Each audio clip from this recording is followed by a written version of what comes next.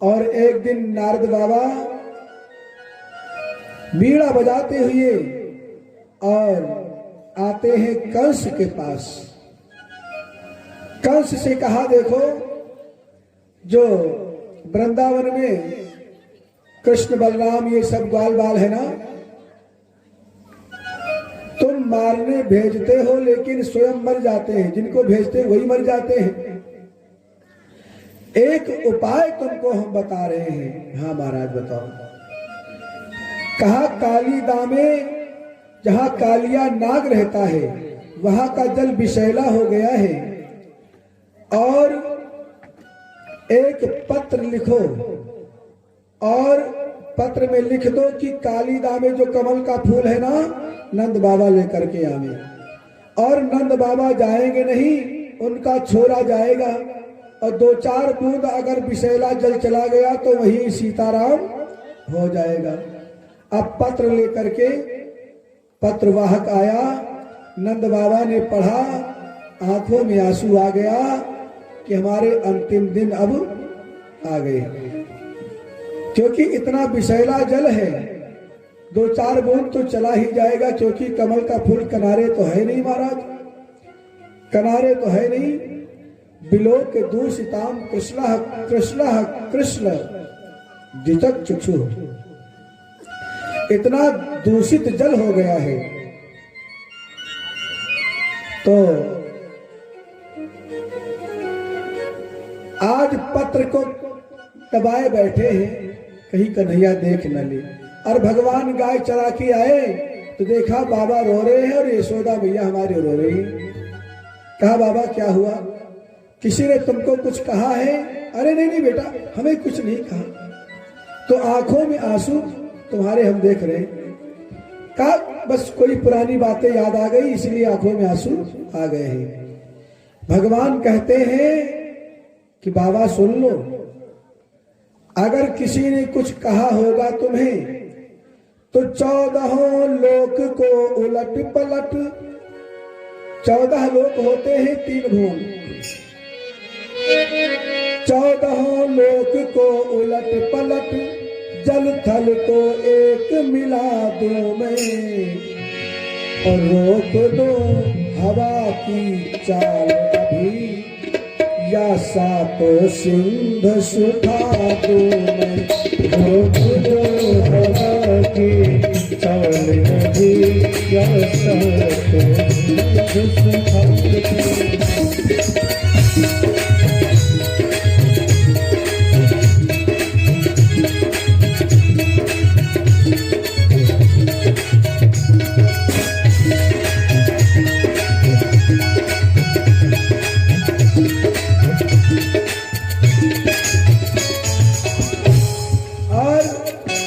सुन लो, ए भैया तुम काहे रो रही हो, तुम तो बताओ ना, लेकिन माँ नहीं बता रही।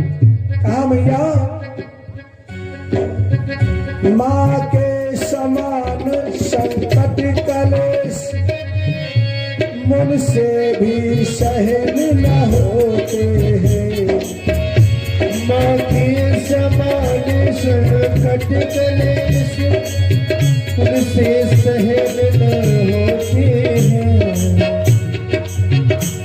माँ के समान संकट कलेश मुझसे सहन न होते हैं। और कहा, सुन लो, सरकार कुछ सकता है, सरकार कुछ सकता है। अरे आप देवता के ऋण से उऋण हो सकते हैं, देवता के ऋण से उऋण कब होंगे, जब यज्ञ करेंगे तो ऋण से उऋण हो जाएंगे, देव यज्ञ। और गुरु के ऋण से उऋण हो सकते हो, जब गुरु दक्षिणा दे दोगे तो उऋण हो जाओगे। समाज के ऋण से उऋण हो सकते हो सेवा करने से, हर ऋण से आप उऋण हो सकते हैं। लेकिन भगवान कहते हैं, मैया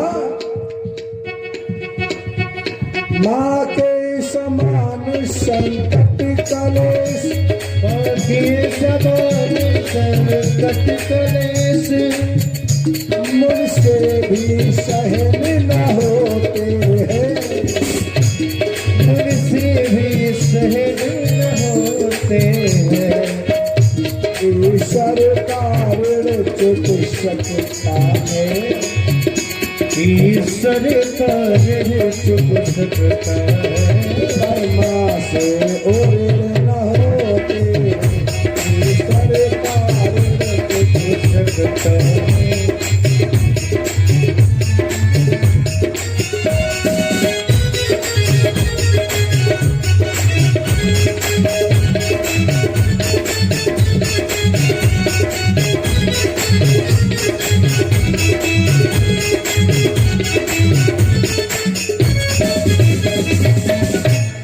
गोविंद भगवान की।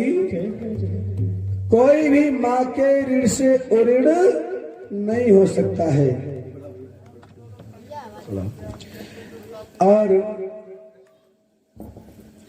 एक भक्त का नाम था टोंडरमल।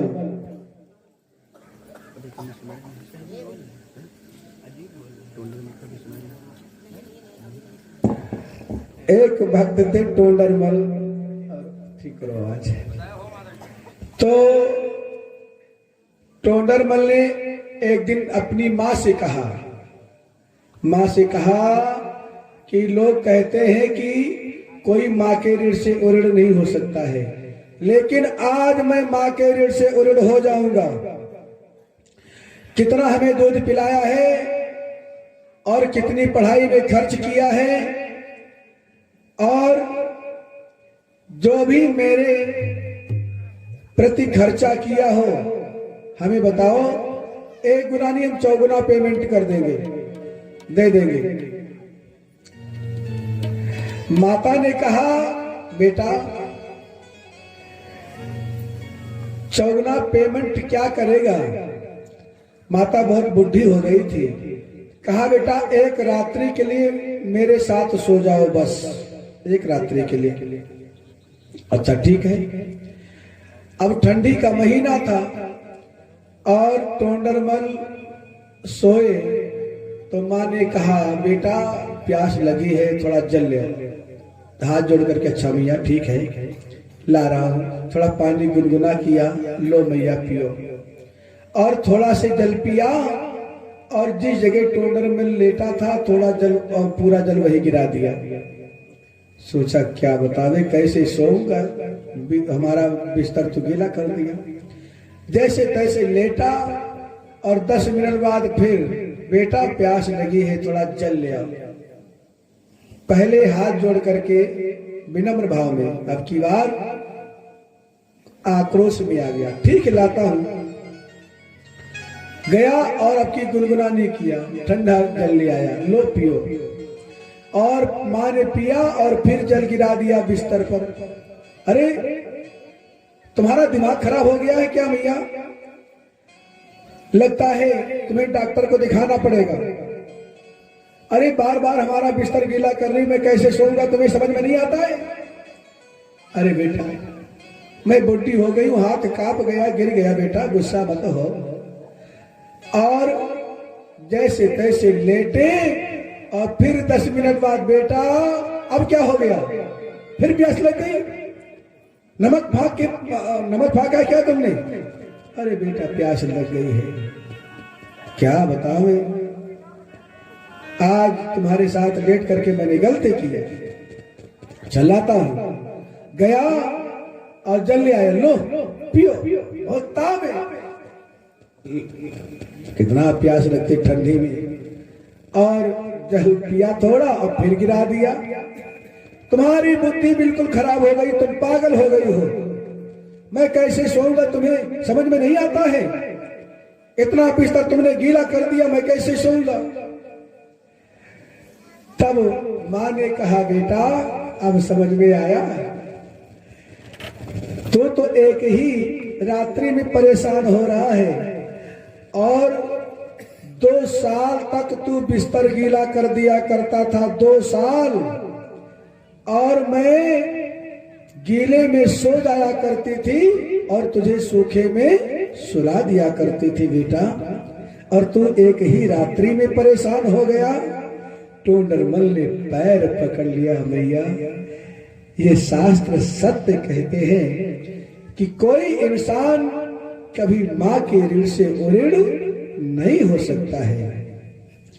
प्यारे, जब कोई आदमी परदेश में होता है तो देवियां क्या पूछती हैं? पत्नी ने पूछा पति से कुछ कमाया कि नहीं।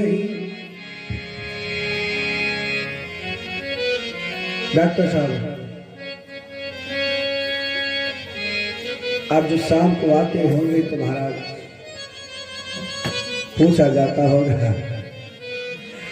पत्नी ने पूछा पति से कुछ कमाया कि नहीं, और बाप ने पूछा बेटा कुछ लाया कि नहीं। भाई ने पूछा हिस्से में कुछ आया कि नहीं, पर मां ने पूछा लाला कुछ खाया कि नहीं। पर मां ने पूछा लाला कुछ खाया कि नहीं। पर मां ने पूछा लाला कुछ खाया कि नहीं।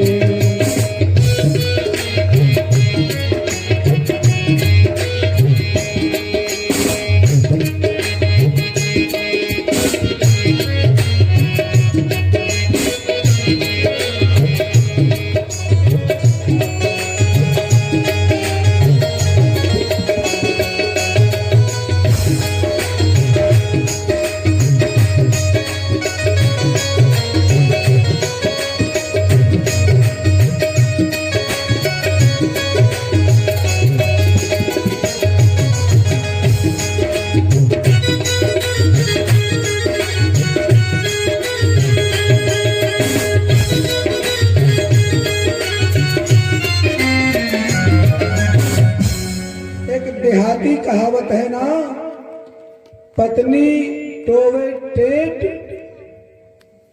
और माता देखे पेट। कहावत है प्यारे।